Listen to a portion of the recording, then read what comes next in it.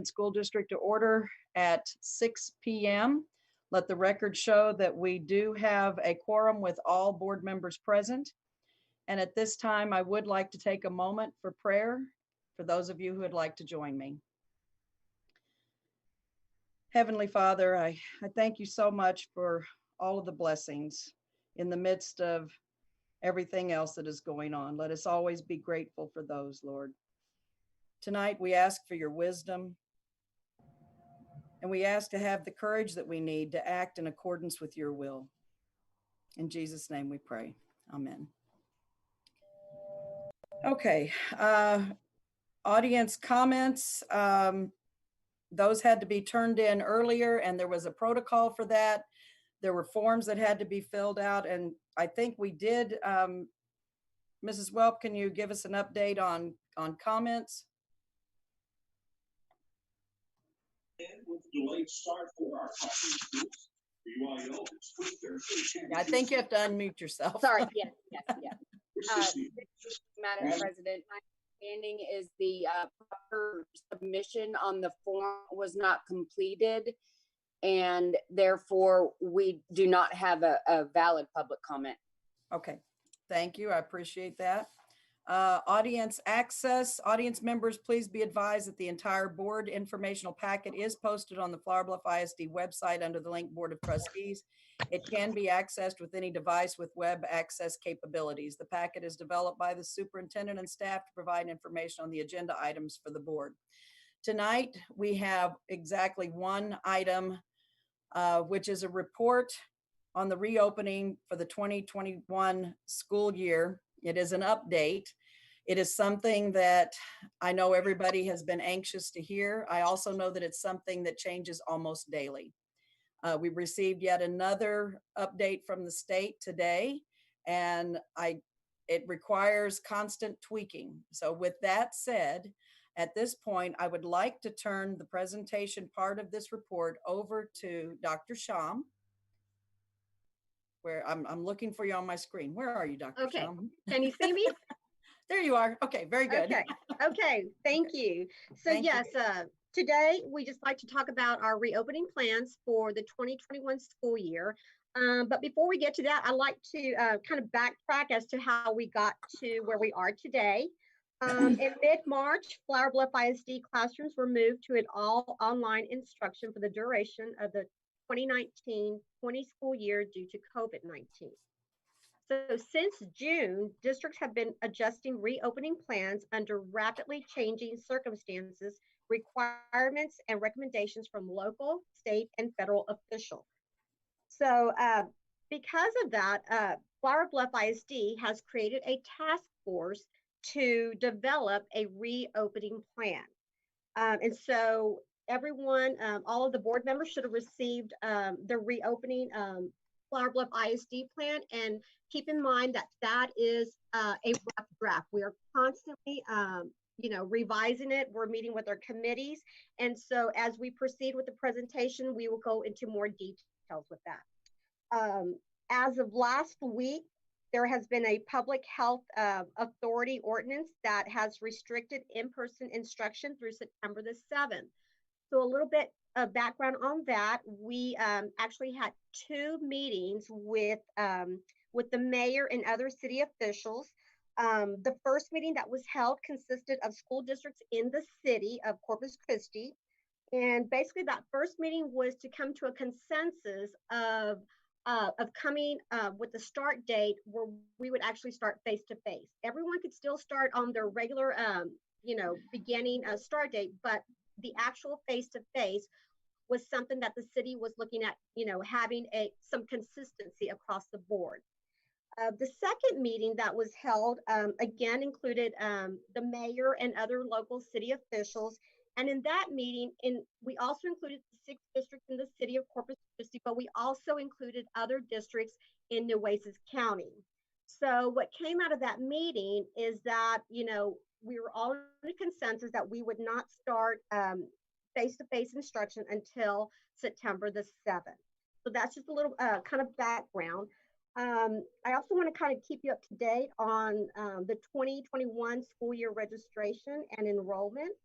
And this is, for parents that are out there wanting to know about returning and how to register. Right now, we currently have online registration available for new and returning students.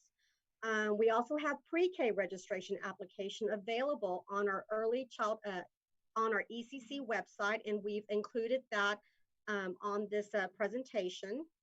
Currently, we're still accepting transfers applications. So it's all online. Submission is available on our Flower Bluff ISD website. And I just kind of want to keep you guys up to date that right now, the number of enrolled students as of July 21st is 3,381. Okay, so that includes new and returning students. So every day, that was as of today, but right now that's about where we were last year, midway. So we still have a lot of students out there that have not completed the application process for returning. So we will be making phone calls to kind of let parents know that, they need to get online and start complete the registration process. We also know that there's some parents that may not have access to a computer, a device. So if parents who need assistance enrolling their child, they can visit the registration information webpage. And there's an icon for new student and returning student registration. We've included the website. And I just also want to make a note that this PowerPoint will be available for anyone to access. You can call the campus your child will attend. We have information about each campus. And we'll also make appointments. You can go visit your campus that your child will be attending and set up an appointment to meet with the campus and get your child registered for this coming school year. So the main focus for tonight is talking about our plan for reopening school in the fall. So with TEA, they have put out a guidebook for back to school planning. And so in this guidebook, one of the initiatives that we have to do as a district is that we have to come up with a plan. So the reopening task force has guiding principles that will help us reopen the schools and to consider all options available for the district. The guiding principles include number one, to establish reopening health and safety guidelines that align with local, state, and national requirements to mitigate the spread of COVID-19 within the buildings and community of Flower Bluff ISD. We need to develop in-person and remote instruction that aligns with the Texas Essential Knowledge and Skills and continues rigorous instruction and progress monitoring that can be carried out across multiple learning platforms with minimal disruption to the learning progress for students. And also, we want to ensure the social and emotional well-being of students and staff is met by continuing to provide services that meet all needs. So this task force, if you go to the next slide, these are the committee chairs. And within each committee, there is a subcommittee. And so currently we are in the process of meeting with those committee chairs. Like I said, you have all received a draft of the plan, but we're still, like I said, we've had meetings last week. We've met with principals, and now we've kind of broken down these committees into subcommittees. So we are meeting this week with our committees and tweaking, and like the board president stated, it is continuously changing on us weekly. So, one of the things, we want to make sure that when we put the information out there that, it's solid, but just please keep in mind that, that we will need to make frequent updates as it changes weekly. Okay. The next thing I'd like to turn over the presentation to kind of give you some feedback is on our communication. So I'm going to turn that over to Mrs. Kim Sneed. And Kim, if you want to pick up from here. Thank you, Dr. Sham. So part of all of this is ensuring that we are keeping the line of communications open with our staff and our parents and families in our community. We've done a parent survey at the end of the school year in June. We did send an email survey out to parents.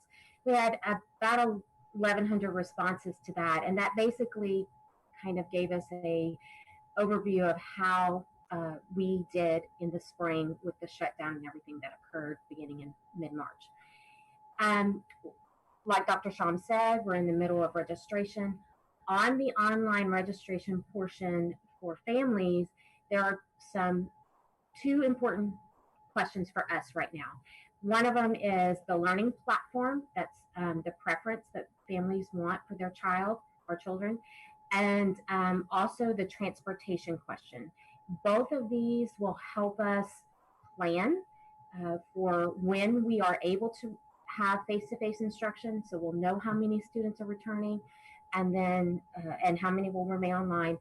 And then also our transportation needs and how many are going to need the bus transportation to and from school. With this, because we're starting online, we're going to need to get more feedback from parents in the coming weeks, especially after school starts and as we prepare to open up for face-to-face instruction. So we're going to continue to request feedback from parents. Next. We've also surveyed our staff. We sent out a survey last week, and that ended today. We had about 485, 90 responses. And the questions just really got what their thoughts were on safety measures and how they feel about delivering instruction. And so we are using that information. It's being shared to the campus principals, and they are being able to use that information to really help them prepare staff and staffing needs for their campuses. Okay, in addition, we've utilized our website a lot, especially since March. We have a COVID-19 website updates page that we continued every message we sent out to parents via our normal communication channels, which is social media, the website, and emails, sometimes a phone call. We have those messages on the COVID-19 webpage. We have a section there where you can contact us, and there were some frequently asked questions. So we've been continuing to update that page since mid-March. Moving forward, our reopening plan, we've developed a new page that will also be part of that COVID-19 updates webpage. And each portion of this plan that we're going to discuss today, parents can easily go to this new reopening website and click on the different sections. They can see the plan in its entirety, or if they want to know more about the health and safety portion, or how nutrition is going to work, or what the schedule is for their child's particular campus, they'll be able to click on those particular portions and read more in depth about it. This page will continuously be updated. It's kind of hard to see, but we already have timestamp dates there. So when a particular section is updated, we're going to update the date that it was that the new update was uploaded. Sorry, and so that will be on that page as well. That's pretty much it with regards to communication. Do any of the board members have any questions before I turn this over to Dr. Bragansky? And don't forget to unmute yourself if you have a question.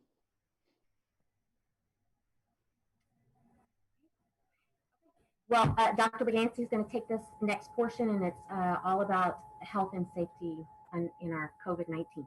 Thank you. Thank you, Mrs. Smith. Good evening, ladies and gentlemen. Like Dr. Sham said, we have divided up our task, and I have the health and safety portion of it. I will tell you that my committee has not met yet. We're meeting in the morning, and I'd like to let you know who's on my committee because I want you to know that we're getting feedback from different people that have a stake in this, in Flower Bluff ISD. I have my head nurse that will be on the committee. We have Don Youngberg from maintenance. We'll be discussing how we're going to be keeping the schools disinfected and everything. He needs to be at that meeting. I also have someone for extracurricular activities, and that's Coach Steinbrook. Also, an administrator on the committee is Amy Seeds. I have a secondary and an elementary teacher that will be on this committee, Mrs. Aguilar from junior high and Mrs. Schillinger from primary. They will be the secondary and elementary teacher stakeholders. I also have 2 parents that will be on the committee. Mrs. Minners, Leanne Minners, and Christy Zamora will be on this committee. What you see in front of you are some of the things that we will be discussing tomorrow morning. We will be discussing what are the protocols that we're going to put in place on the district level for the screenings that when students are on campus, when teachers and staff members are on campus, what kind of screening are we going to have for them? We're going to be talking about hand washing and disinfecting the building.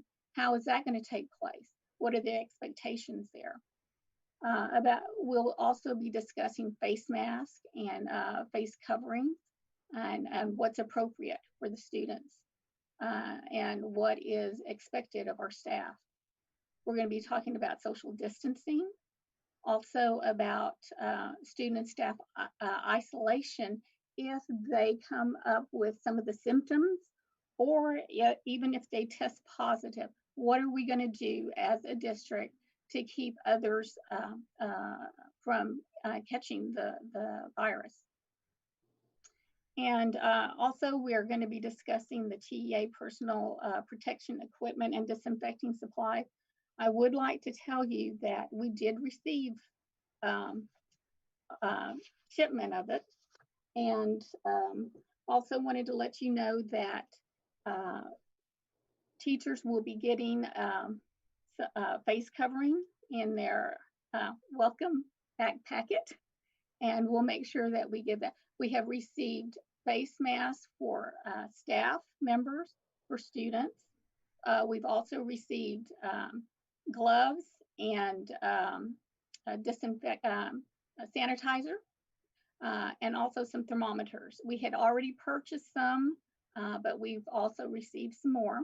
And these are some of the things that we need to talk about. How are we going to get them to the campuses? Now, we did not receive enough to take us through the whole year, but it's enough to get us started for the year.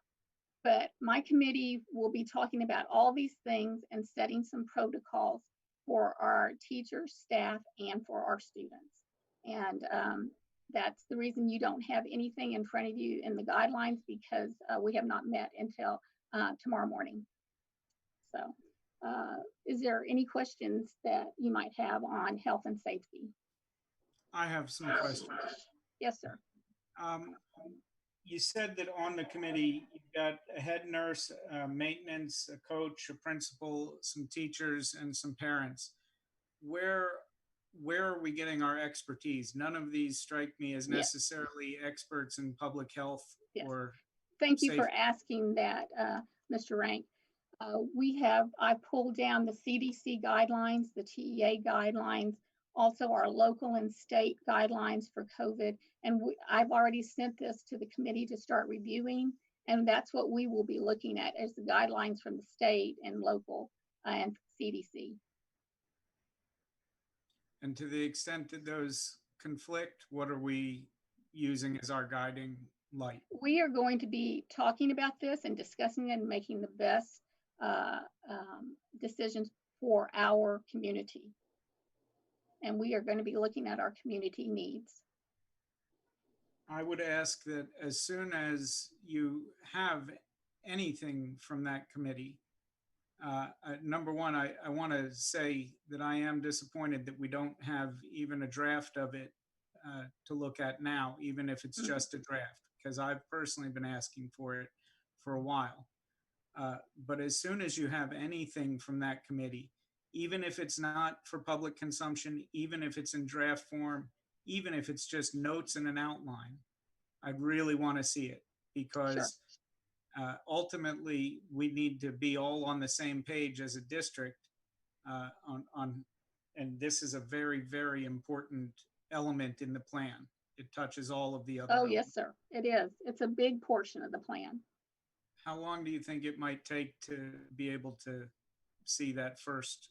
I'm hoping that we will have the outline of the health and safety by tomorrow.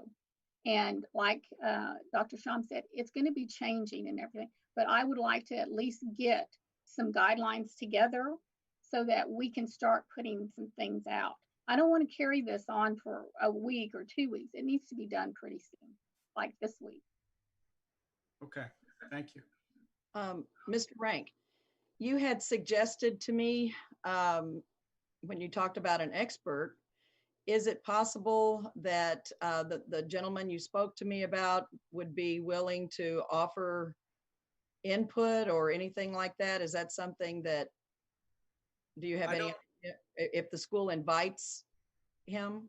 Well, so the gentleman you're talking about is Dr. Jaime Fergie. He is a pediatrics professor and director of the infectious disease over at Driscoll. And he is an expert in the field. I have invited him to speak at the July 30th meeting, and he's agreed to do so via Zoom and give a presentation. He keeps very up to date on the science. I just spoke with him, I'd say an hour ago today, to make sure that nothing had changed. I'll ask him, but I think that if we're abiding by the CDC guidelines for the purposes of what I understand this committee to be, I don't know if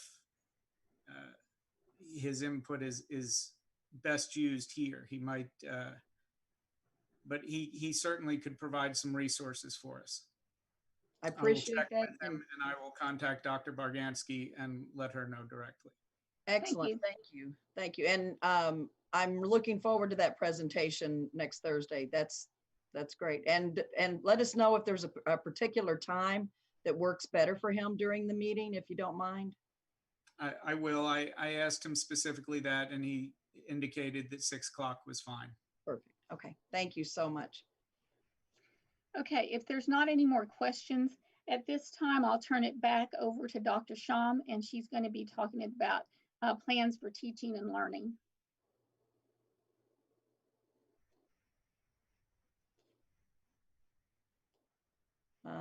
I think you're not, I think you're muted, Dr. Sham. There we go. Okay, so the plans for teaching and learning, if you turn to page, in your handbook, if you turn to page 4, because we're starting the first 3 weeks of school online, you have a couple of bullets that will tell you about the learning environment for teaching and learning. Students will interact with instruction remote, making it necessary for teacher teams to plan instruction that is content consistent, yet environment specific to ensure equitable learning opportunities for all students. Another bullet that we put for the online learning, Flower Bluff ISD will utilize the strategy and best practices associated with blended learning to design learning activities for all students. Learning experiences will be designed to meet the needs and environment of the learner where they are.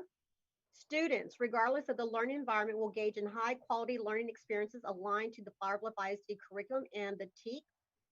Students who begin the year in remote learning at school may move into face-to-face learning at the end of the 3 weeks. And then classroom providing similar expectations around coursework and follow the same grading guidelines. So that's the plan for the first 3 weeks of school. Once we return to campus, which is our phased-in approach, students will have students pre-K through 8 will have 2 options. They will have face-to-face instruction, or they can choose remote instruction. Just recently, TEA said that high school can offer the hybrid instruction. So in your packet on page 5, in your return to school plan, we give the definitions for the parents. What is face-to-face instruction? Define remote instruction. And within remote instruction, there's going to be two types of remote instruction. You'll have synchronous instruction, which requires the students and teachers to be present at the same time online. And then you have remote asynchronous instruction. And that one does not require students and teachers to be present online at the same time. We thought it was very, very important that we have not just an explanation of how we're going to deliver this instruction, but we really wanted to have visuals so that parents can see what is the schedule going to look like for my pre-K student? What is the schedule going to look like for my kinder, elementary, intermediate, junior high, and high school? So we've met with our principals across the district, and let me tell you, I'm telling you, with the constant changing, they have been like very flexible. Initially, when we started the registration process, we added questions on what type of learning platform their students would choose when they came back to school. So initially, the options were hybrid, remote, and face-to-face. Well, 2 weeks later, TEA says no hybrid. You can only offer two options, which was face-to-face and remote. So we had to go back and tweak the registration. So we've been getting some phone calls, parents saying, I've changed my mind. Is there a way that I can go back, when I registered a month ago, can I change my option? So for those parents that have that question, yes, what we are going to do, because we know that, things are changing, it's day to day. So what we're going to do is we're going to come up with a commitment form. So we're going to meet with the committee and we're going to come up with a date. So we're looking at maybe the first week of instruction that we will send out a commitment form to all of our parents. And that will give them an opportunity, if they've changed their mind, to do so at that time. So that's going to be a follow-up for those parents that have changed their mind. So moving on and continuing with your plan, if you look in your plan, we provided samples, and you're going to see two samples for every campus. We've asked them to provide a sample of what a schedule would look like for face-to-face instruction, which is basically a regular school day. What would remote instruction look like? And so if you look through your packet, your campus principals have given you a sample of what a schedule would look like for online or remote instruction. So I'm going to give you some time to look through that. And if you have any questions, and like I said, this is constantly changing. Next week, they could come up with another plan. But these are the guidelines that we're following from the guidebook. And for the lower grades, they're required, if you're doing remote learning, the lower grades, it's required 180 minutes. The upper grades, remote learning is 240 minutes. But if you're doing face-to-face instruction, you still must meet the daily 420 minutes a day, which is your 75,600 minute requirement. And that's Monday through Friday. I have a question. Sure. On the intermediate, for face-to-face, there's nothing for 6th grade. Okay, face-to-face. Dr. Alvarado, you know what? I may have left the 6th grade out. Actually, yeah, that sample right there, actually, it was just a sample for 5th, but that's going to be the same for 5th and 6th. So I see where both of them are 5th, but one would be a 5th, one would be a 6th. Just using the kind of the same example right there of what a full day would look like, and then what the shortened day would look like. Mm-hmm. And so what we need to do with the committee, so we've kind of set up the schedule. So what we're going to do next, we're going to talk about the instructional roles. That's going to be added to this plan. What are the instructional roles for both environments? Preparation for learning. What is it going to look like for the student? What is it going to look like for the parent? What is it going to look like for the teacher? So that is something that we're going to add on to the plan We're also going to address in this committee the learning and teaching expectations for students and parents as well. Another section that we would have to add here would be supported intervention. How are what's going to be supported for students? How are we going to provide support, giving that information to parents? How we're going to support and how we're going to support our teachers as well. So these are other components that we need to still add to this section as well. And I'm trying to think. Before we get into that, I have a question. Sure. The three different models, the in-person, the synchronous, and the asynchronous. My first question is, why are we offering asynchronous at all? It seems pretty hard to do and maybe not necessary. Why are we offering it at all? Because that is required from TEA for the lower grades. Okay. It's not an option. That is what they're telling us that we have to do. And I do see some benefits to offering it. Right. But when we're, okay, that answers that question. Okay. My next question is, how does a student switch between models? Okay. So, and specifically what I'm thinking of, if we get a month into classes and that student's entire family tests positive, that they'd all been testing negative before, and the student tests positive, how does that student switch? And the converse, how does a student who's recovered and has been distance learning, how do they switch back in? Okay, so typically, I mean, we're having that discussion. You know, we're looking at, you know, do we allow students to make that change from one platform to another at the end of the 6 weeks? For the lower grades would be at the 9 weeks. But I would think for situations such as that, I mean, I think, you know, we would have to look at on it, you know, at an individual basis and do what's best, not just for that student, but for the safety for everyone. And so if that student was face-to-face, we could easily go remote. Okay. For that one kid. Obviously, that's the most important and urgent direction. And I think that's a very foreseeable thing. I don't think that's some sort of bridge we need to wait until we get to figure out how to cross. Because I think it's very foreseeable that students that are healthy now are going to test positive in the future, and we need to immediately remove them from the in-person population. I agree. Okay. Madam President. Okay. I'm sorry, I didn't mean to cut you off. No, go ahead. I was going to kind of tag on to that, what you were with that train of thought that you had there. When you're talking, Mr. Rank, when you're talking about how they're going to switch from one platform to the other, are you talking about the academics?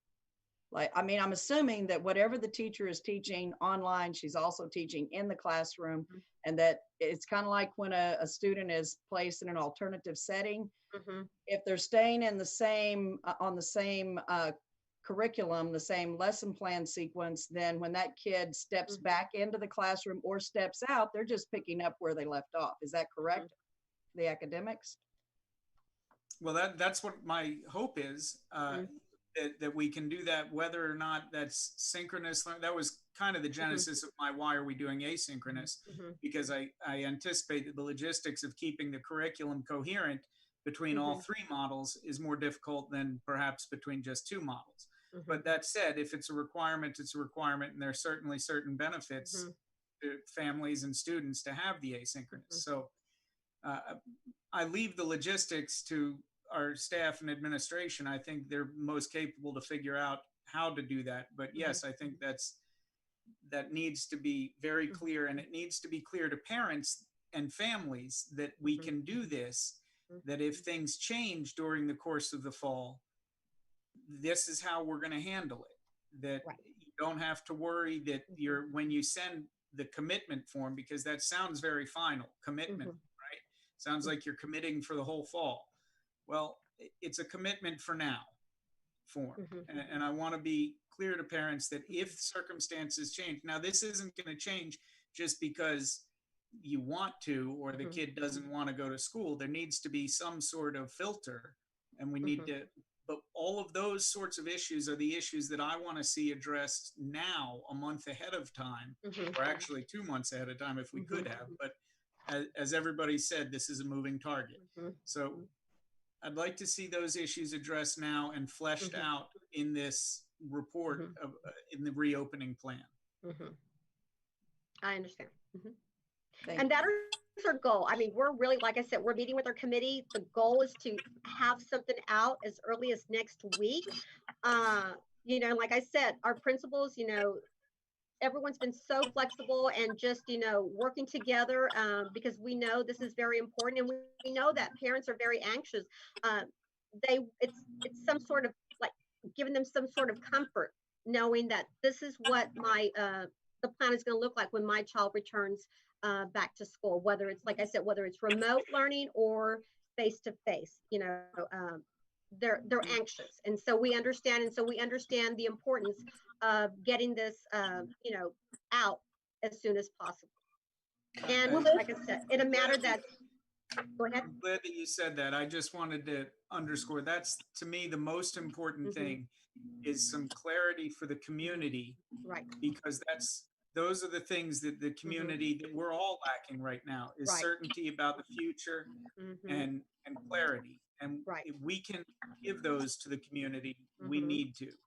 And so I'm glad that you all have developed this plan and that you all understand the need to get this out and answer those big questions. Right. And like I said, it's going to be more detailed. We're going to even go as far as, like, you know, what instructional platforms we're using, what resources we're using throughout the different grade levels, because we want parents to, you know, be informed. And of course, you know, we want to attract, you know, more students to our district, that this is what we have to offer. We are, you know, we're offering a premier education. We are a premier district. And so I think it is important that the more information that we put out there, you know, I think it's going to be a win-win for everyone.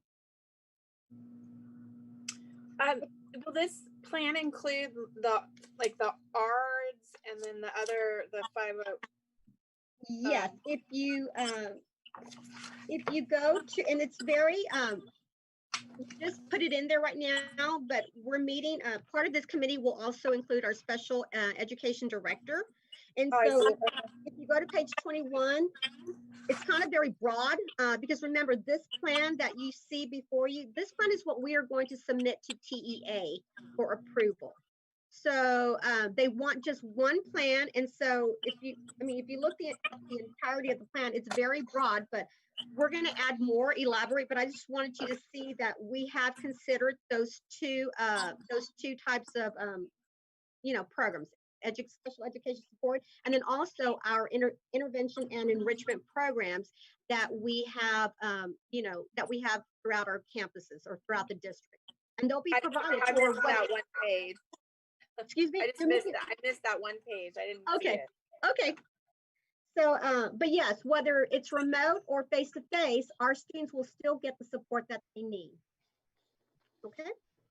And so, like, again, what you see here in your packet are just a tentative campus schedules. And I'm just kind of here on this slide, just showing you, you know, if it's face-to-face, you have to meet the requirements of 420 minutes, which is a 75,600. And I think they backtrack on that. Initially, it was face-to-face or in remote, it was 240. But like I said, that was one of the changes that just came about last week, and they've changed it again. And then, of course, remote instruction, which is the two types of remote would be synchronous and asynchronous. And you have examples of that in your packet. Okay. I have one more question before we move on.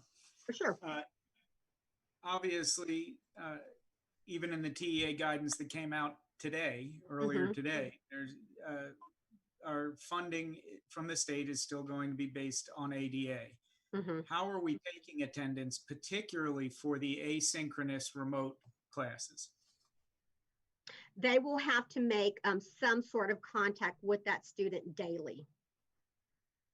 Okay. And so that it will be the responsibility of the teacher to make sure that she's taking attendance. And there's, like, I don't have them right now. There's 3 ways that, 3 types of contact that you can make with the child to get ADA for that day. Okay. Okay. All right. Any other questions? No. Okay, I'm going to pass the next section on to Miss Louise Day, and she's going to be talking about student nutrition. Right, thank you, Dr. Sham. Yes. Student nutrition, our goal is always to feed our students nutritious meals in the safest possible way. In setting nutrition plans, we're very dependent on knowing how many kids we're going to have to feed in what setting. So for the 3 weeks that we're remote, we're anticipating using a grab and go service like we operated when we closed in March. However, it's pending TDA approval because the current waivers expire at the end of the month, I think in August. And so they've got to update those waivers to allow us to do that. When we return to school, we're working with the campus leadership to determine the best method for each campus, because it's different and it depends on attendance. If you've got 75% of your high school there, there's almost no way you can socially distance in the cafeteria and have enough lunch periods to do that. So you're going to have to come up with alternatives. If we have 50%, everyone believes that we can socially distance and still have a lunch in the cafeteria. The lower grades tend to gravitate towards doing a grab and go and meals in the classroom, or half of them go to the cafeteria and half of them eat in their room and rotate. So we're developing plans for that. We're going to have no mealtime visitors allowed, obviously, in these situations and in this time. But we've boiled down the menus down to just 2 items because we're going to be serving in multitudes of platforms. For distance learners, we're going to have to continue to operate a grab and go to feed those students that qualify for that. And again, that's all pending the TDA approval and waivers, which we believe are going to come through. But we're going to be dependent on that final selection of who's going to elect distance and who's going to come back to school to finalize campus plans. So I'll entertain any questions that you have on more specifics on that, but that's where we're at in our planning processes there. I do have a question, another one. So in going through, you were talking about if there's 75% attendance at the high school, for instance, it's virtually impossible to socially distance in the cafeteria. I get that. And first off, I want to commend, I guess it's Mr. Crenshaw, in the high school plan that appears to already be dovetailing with what we anticipate to be the COVID safety plan, talking about class size, reducing down to 13 average, things like that. However, I noticed that, Mr. Crenshaw, in the high school plan, we divide the student body into 2 cohorts, A through L and M through Z. I guess the first thing that occurred to me are those, is there approximately 50% of the kids in A through L and approximately 50% in M through Z? Or is that?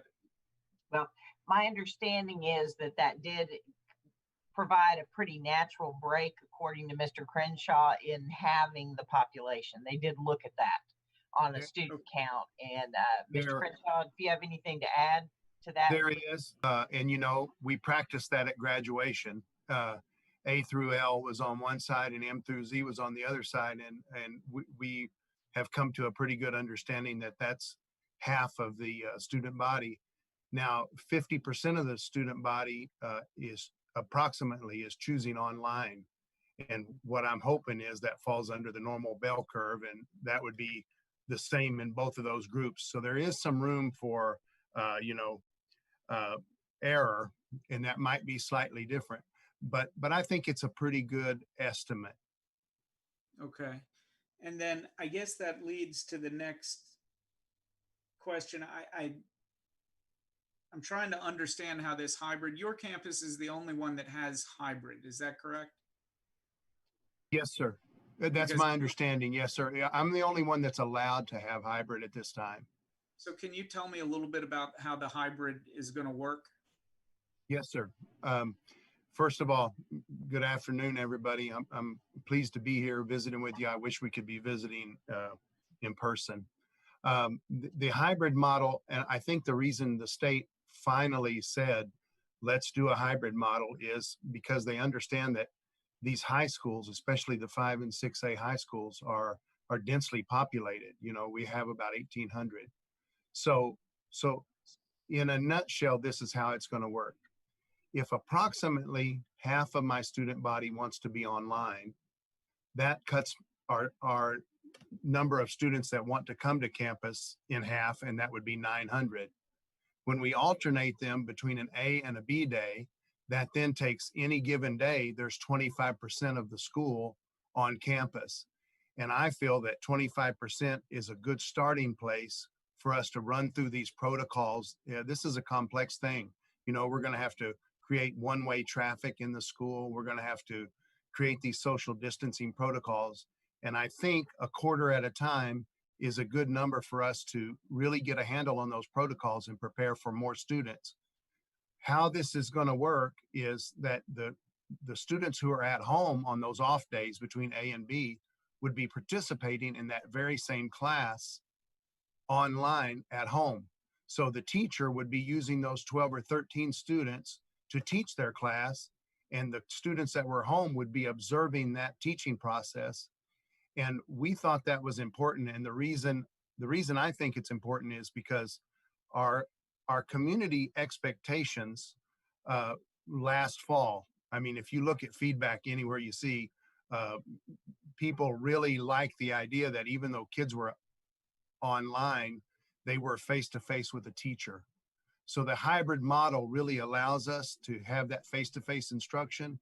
It allows us to first start with about 25% a day, which is about 450 kids. We might even be able to feed them in the cafeteria at 3 lunches like that. And so basically that A and B is toggling back and forth. And Mr. Rank, you talked about flexibility of coming in and out of this model.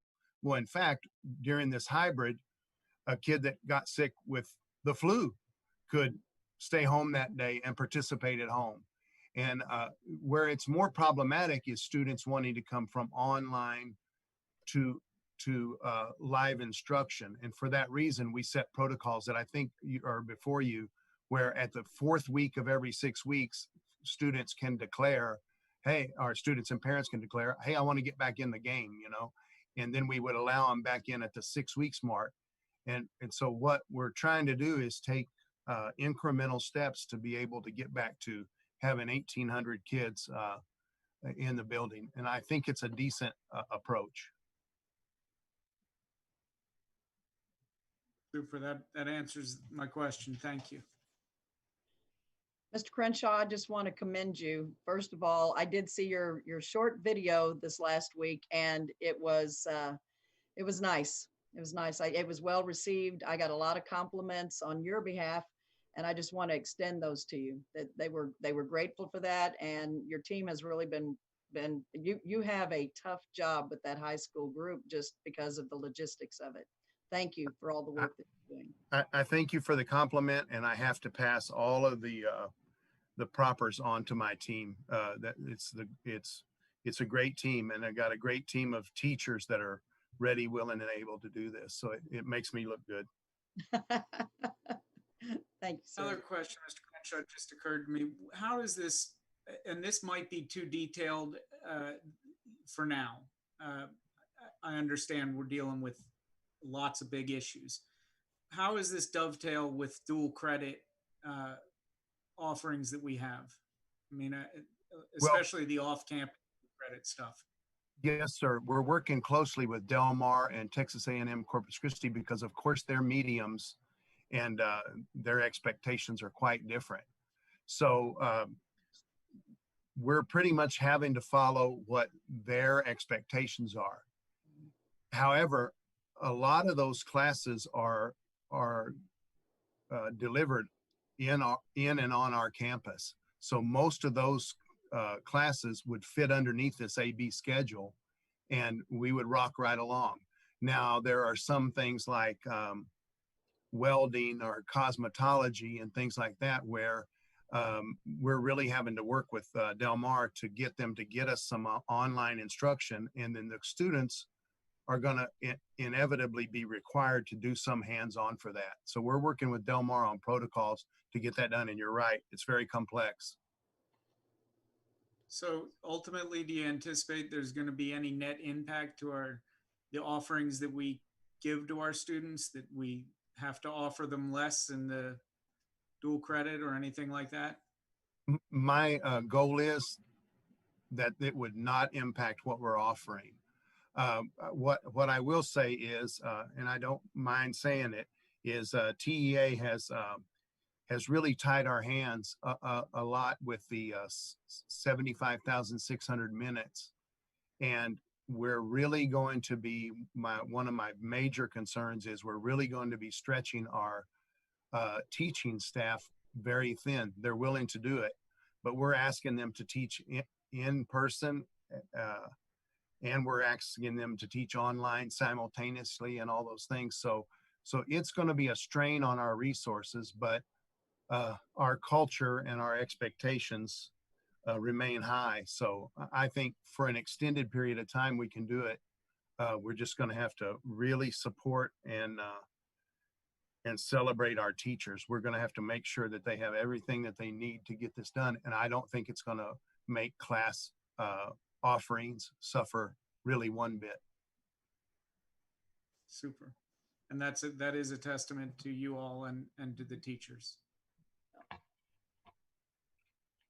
Thank you, Mr. Crenshaw. Okay, if we have no more questions, then we can hand it over to Mr. Robles to talk about transportation. Okay. Good evening, everybody. I just wanted to say thank you for allowing me the opportunity to talk to y'all.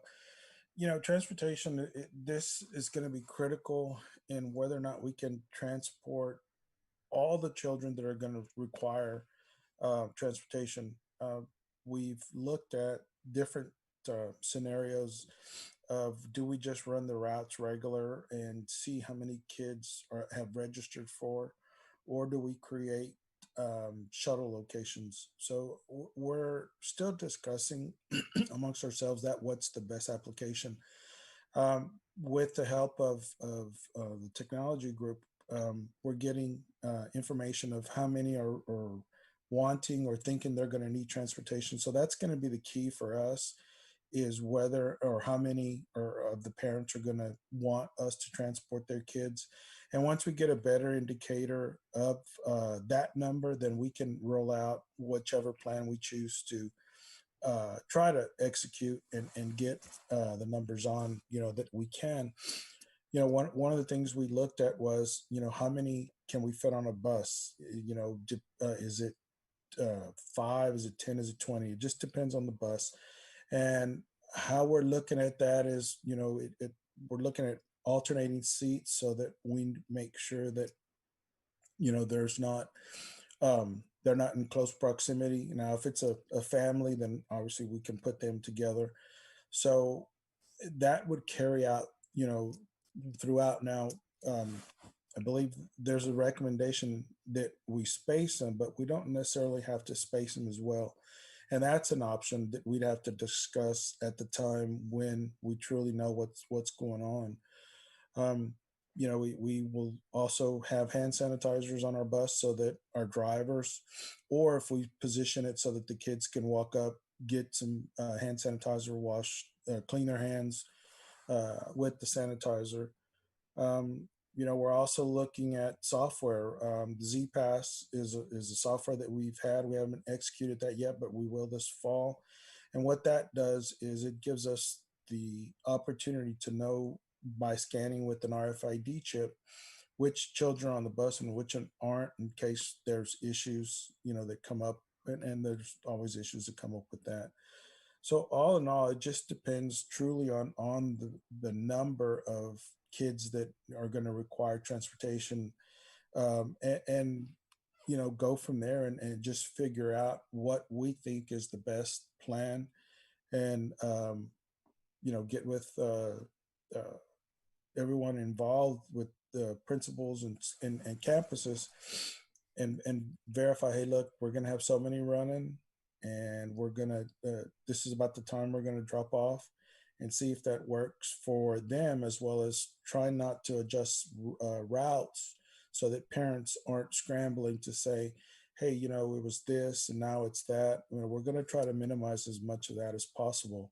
But until we have a good estimate of how many are going to be on the bus, then we really won't know in terms of how many trips we're going to be required to complete a route.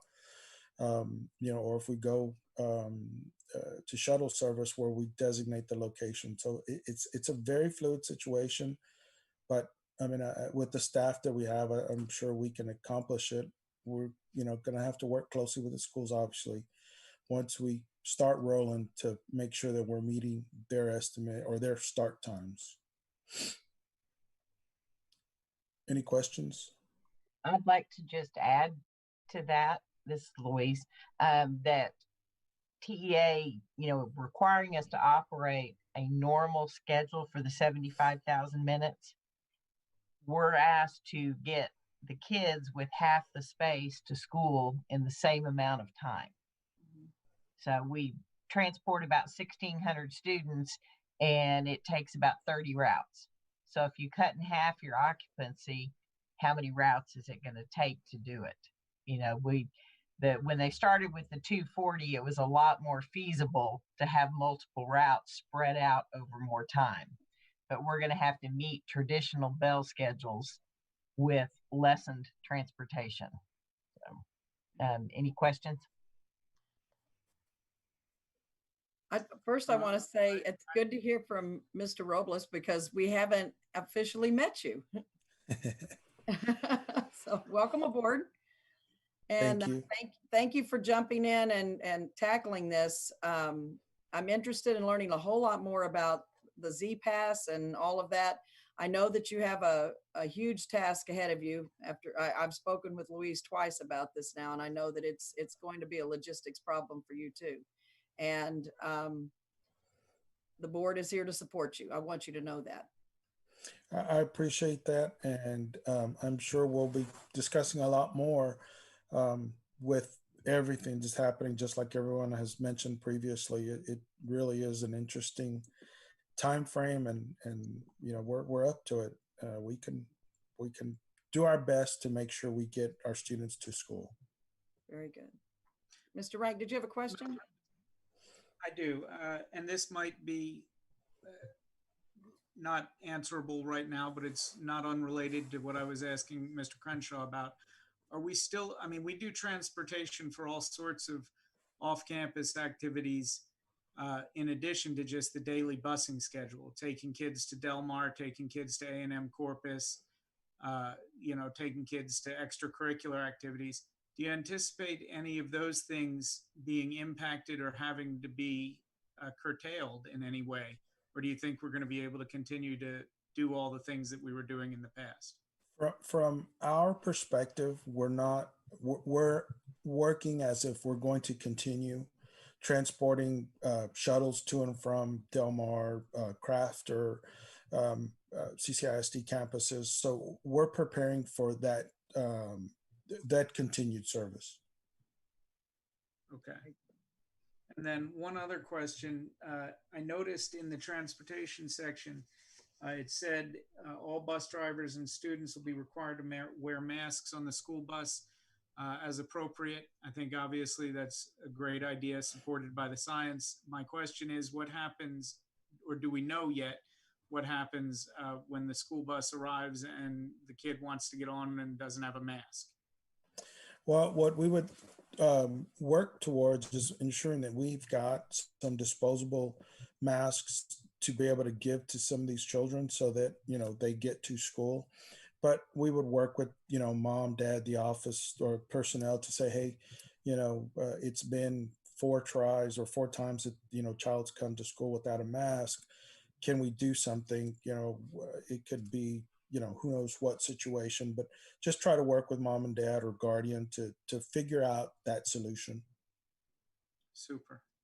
That answers my questions. Thank you. Thank you.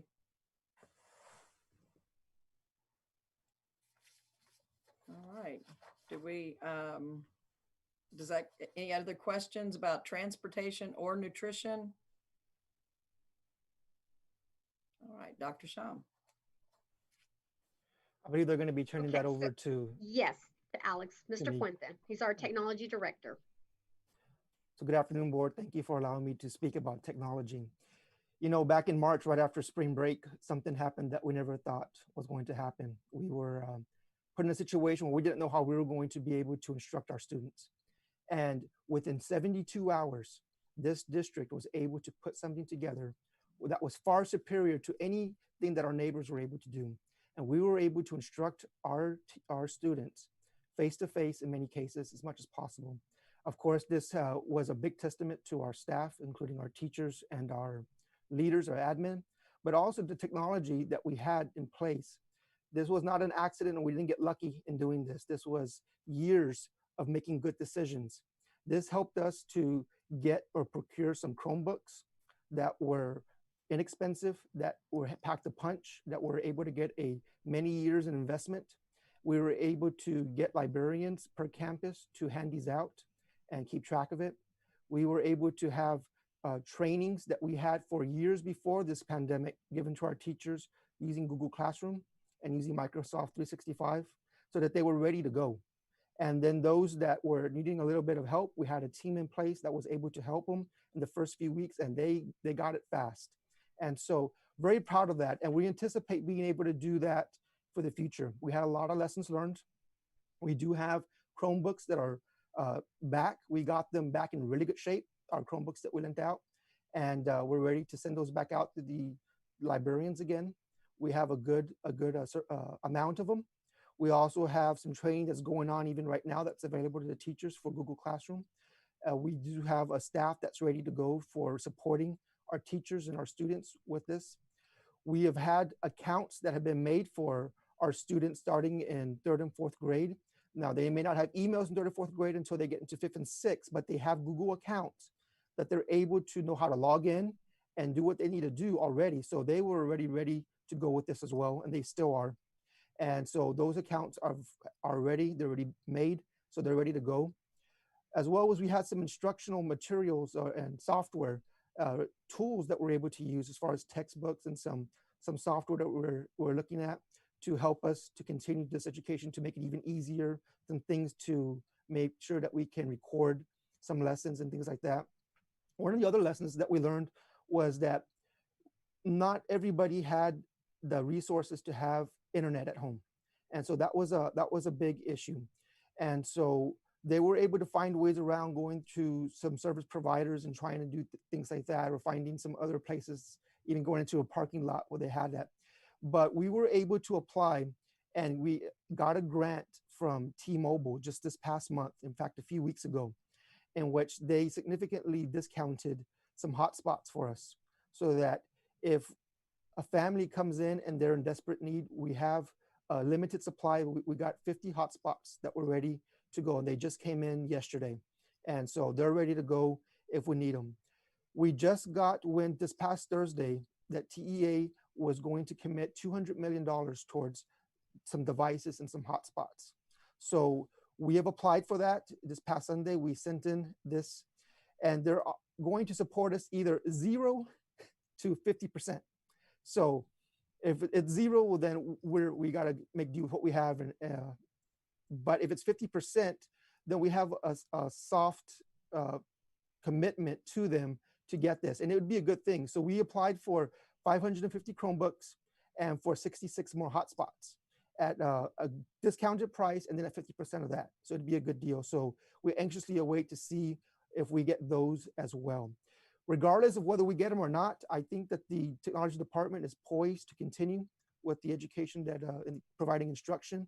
And I can assure you that we'll be able to provide, again, a good quality instruction because of technology and the teachers that we have from the staff. Any questions? No, but I would also like to add thanks to a great IT guy, Mr. Puente. You have really, I've watched you ever since you started working for the district, and you have steadily had a vision. You've had a vision, you've steadily worked toward it every year, and you come to us And it's been a blessing to all of us that you somehow had the foresight to lay the groundwork for this, because who would have thought it? You're right. Who would have thought it? And I really appreciate your work so much. Thank you. Thank you.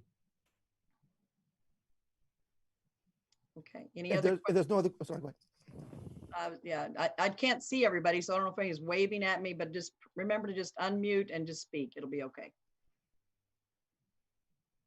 Okay, well, there's no further questions. We'll turn this over to our athletic director, Coach Steinbrook. Thank you so much. You got it. Thanks, Alex. Good evening, everybody. And I want to thank Alex. And it was several years ago that he first talked to me about Google Classroom. And I'll admit 3 or 4 years ago, I was like, what is Google Classroom? But it was vital in us to be able to deliver as much of the athletic program to our students during the spring. And I know that our students, our coaches, we all needed to stay connected during that time.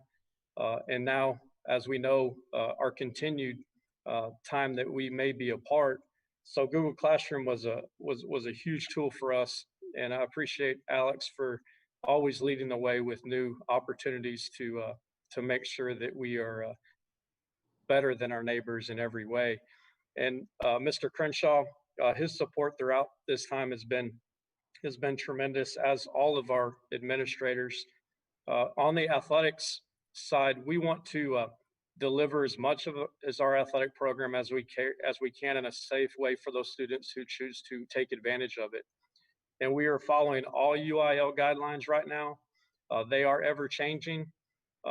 We started, and I want to thank Don Youngberg in our maintenance department.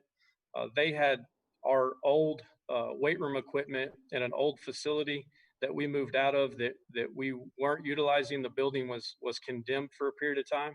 We were able, Don and his crew got 2 weight rooms set up underneath the visiting bleachers at Hornet Stadium, so we could provide a safe place for our students to stay together and following all the UIL protocols, start our summer workouts on June the 8th. We had great participation throughout June the 8th, and we were able to conduct summer workouts for 3 weeks following all the UIL protocols and UIL guidelines, including temperature checks at the gate, sanitizing the hands, the forms that the kids would submit as far as making sure they don't have any symptoms before they entered the facility. And we got through three weeks with great participation and no issues. We did take a pause when we had a couple employees that did test positive. We took a 2-week pause and we resumed our summer programs for just the fall sports only and the older kids starting last Monday, July 13th. And we're now in our second week of this second summer session, and our numbers have been tremendous. Our coaches and our kids are excited about the opportunity to be back up here. We are continuing to provide the program to the students who don't feel comfortable or who have special circumstances at home. We have coaches that are meeting with those students through Google Classroom. So we're making sure that we're servicing every student and giving every student and every family the opportunity to stay connected with their coach during this time. On this slide is just the protocols that we're utilizing right now with UIL, with their guidelines. And I know when we meet with Dr. Bargansky tomorrow, there's going to be other information that we're gonna provide, and we're gonna be updating to make sure that our students, parents, and our staff know that we're doing everything in the safest possible way that we can do it. Thank you, Coach. And I just want to say what I've heard through in yours especially, but even throughout all of the other presentations, there is, I mean, safety is at the forefront of what everybody is doing, thinking about. That comes first. It's quite apparent that that's what everybody's doing. There may be some final things that Dr. Bargansky's group needs to hash out, as you said, but I have grandkids who have been taking part, and it's great. They've needed it. They've needed something structured. They've needed something physical, because they maybe they got a little lazy in the summer. Yes, and ma'am. the forever summer. Yes, ma'am. We had a few the first couple of days that got sick that normally wouldn't. Just Yeah. not sick, just they had to take a break because they weren't in condition yet. And the whole point of our summer workouts are to get acclimated to the heat. And so that is something, a hurdle that we're making sure that we're we're really slowly working them back into condition, physical condition, to be able to compete in a safe way. So I think the thing is us being able to provide a safe opportunity for the kids to work out, so they don't have to go to the athletic club, to Gold's Gym, to these other facilities where they're coming in contact with others, kids and other people from different areas. If we can provide a safe place for them to work out here, I think it has really helped with preventing any type of major spread within our student population on the athletic side. But we're staying in constant contact with our parents, our kids, and letting them know, when in doubt, stay home. If in doubt, just stay home. We'll have plenty of time, guys, to get you in shape. And we just learned from the UIL today that all of our fall sports are going to be postponed until September 7th with the start of practice. And so now UIL has followed most of our local counties in saying no in-person school until September 7th. And now no official practice now for all fall sports for 5A and 6As will be that September 7th date. And so I'm going to be working with our district executive committee. We have a meeting on Thursday morning to hash out schedules and talk about the plan from our district level moving forward for all of our fall sports beginning on those dates. Excellent. Thank you. Any other questions from the board for Coach Steinbrook? All right. Thank you, sir. We appreciate Thank you, guys. you're doing. Absolutely. Thank you so much for y'all's support. Absolutely. Okay. Dr. Sham? I think you're muted. There you go. Okay, so this pretty much concludes our presentation, but before we close, I just really want to commend the staff that we have here in the district. I mean, they are very dedicated, and they have big hearts and they want what's best for our students. And I just want our parents to know and our students to know that, we're excited about them coming back to school, whether it's online or face-to-face.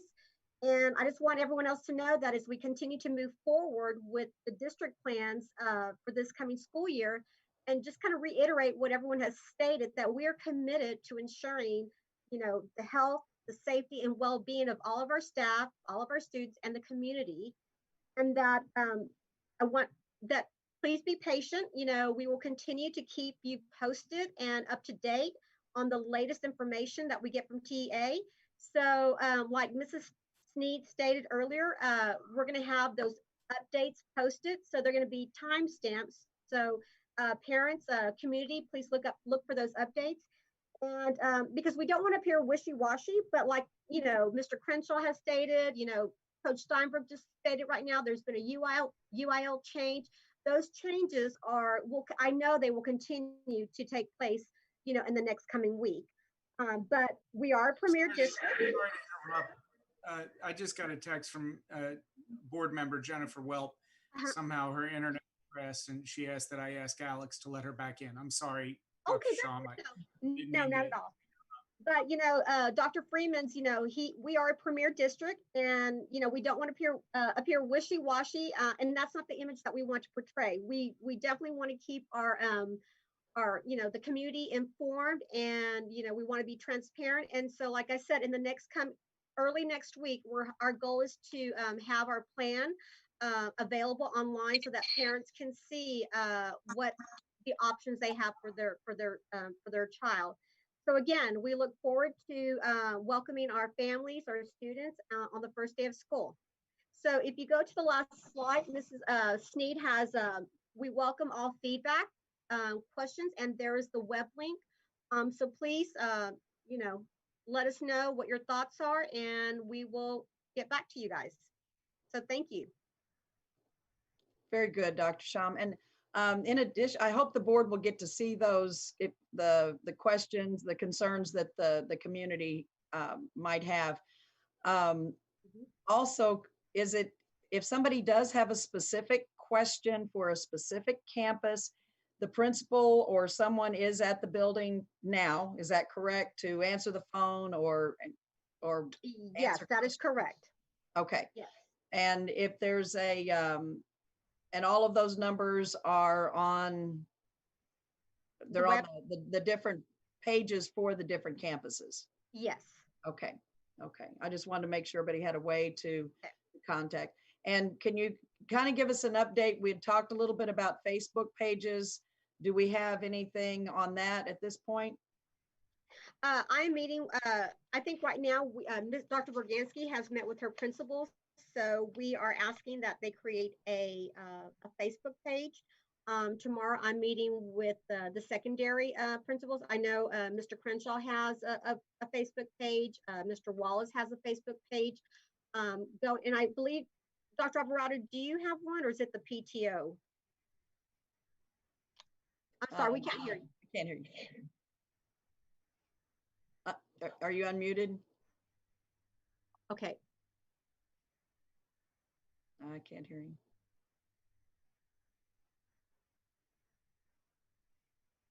Okay, just really say it slowly and I'll try to read your lips.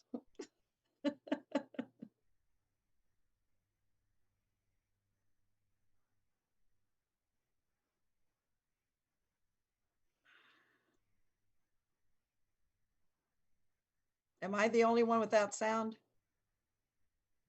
No, he's still hear muted. anything. He's still muted. I'm pressing the ask to unmute button, but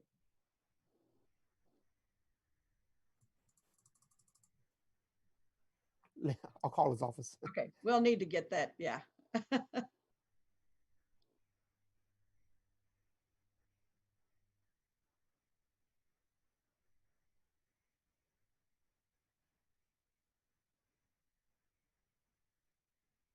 Okay, thank you. There we go. Okay, sorry about that, Ms. Thornton. I apologize. Yeah, we will. The intermediate will work on their Facebook page right now. We will. We'll get something up and running for the campus. It is the way everybody looks for information these days. I mean, it's kind of weird that that's what we've come to, but that is what it is. And Yes. So it is helpful, I think, for everybody, rather than going to just the district Facebook page where you can scroll forever and maybe not find what you need, but just things. Absolutely. Yes, ma'am. We'll get that taken care of. Thank you so much. Other questions? I'm looking for, I'm seeing everybody again now. Other questions from the board?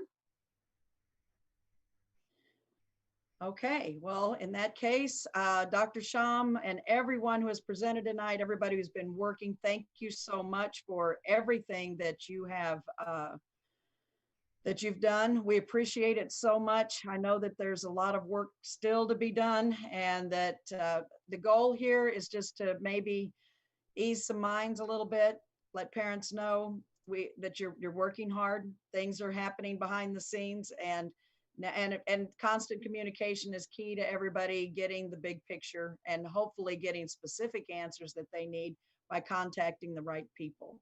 So thank you for all you're doing. Keep up the good work. And at this point, I think we will move into a closed session. Thank you, everyone.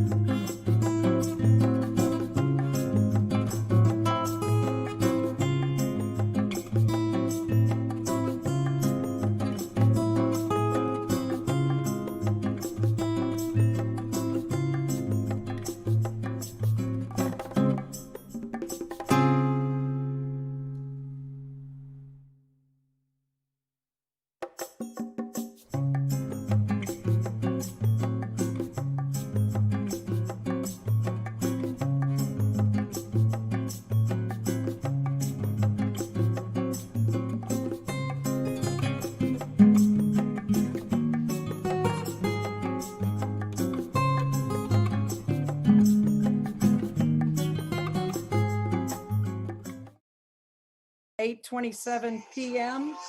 Oh, hang on a second. I'm putting you back on speaker, Nicole. Thank you. Okay, all right, she's on speaker. We got her here. Okay. Oh, At 8:27 p.m., let the record show that no decisions were made while in closed session. We are now moving on to announcements. And Dr. Sham, do you have anything else you'd like to say? No, but just thank you guys for your support. And like I said, we're hoping to get that plan out early next week. So, and actually, I'll send it out to you guys before we post it on our website. Okay, thank you. We appreciate that very much. And now remarks from the board. I'm just going to go along the picture route that I have here. Jeff, you're my next one in line there. All right. Well, I want to say thank you to everybody for the extraordinary efforts. I want to reiterate how important the work you're doing right now is. And I know that it feels hurried and it feels rushed and it feels like there's no instruction manual. And that's because it is. But it is tremendously important to be transparent to the community for our students and their families to have some sort of idea of what's coming, because we don't have control over so much. So them having some certainty really makes a huge difference. So thank you all for working hard towards that. And thank you all. It was kind of implicit in all of the conversations that were had in the meeting, this balancing that we all know you're having to do between the physical safety of our students and their families and our staff and the mental health of our students and family and staff. And it was not long ago that I attended the funeral of a Flower Bluff student who chose the most tragic route possible. And that is just deeply impressed on me. And so I really thank you all for doing everything you're doing to work hard to get our students safely back in school. So thank you very much. I know I try to say something like that at every meeting, but at this one even more so because of such trying times. So thank you to you all. Thank you, Mr. Rank. Mr. Morgan, you're next on my Brady Bunch picture list. I can't really add that much more than what Jeff said. I thank all of you for the job that you're doing and having to step up in this trying time. I just want to say that I'll keep you in my prayers and keep David in my prayers, and also the board, and let's move forward and be Bluff strong right now for our district. Like that. Mr. Hooper. Well, I can't say it any better than the two gentlemen just said it. Everything that you guys are doing, it's, you know, we've said it's unprecedented. There's no manual for this. So thank you very much. And if there's something we need to do to help, I know, you know, you won't hesitate to ask, which is the one thing we want you to do is ask us. So we appreciate it, and I look forward to next week's meeting. I know there's going to be a lot of progress between now and then. Good. And Mrs. Welp. Yes, good evening. Thank you. I think that we had a great turnout tonight. I think that there's a lot of information going out there, and I know that we will continue to do our best to communicate with the community, the parents, the teachers, the staff, the students, and I look forward to having everybody back in school optimally when the time is right and the safety protocols are put in place. So thank you very much. And Mrs. Peters. Still there? Oh, can you hear me? Yeah, I can hear you. I'm here. All right. I just would echo what everybody else says, and I know that we'll do a fantastic job. I hope that a lot of people did get to see the YouTube, get on and see the YouTube, because I think a lot of people wanted to hear what was talked about tonight. But thank you guys for all your hard work.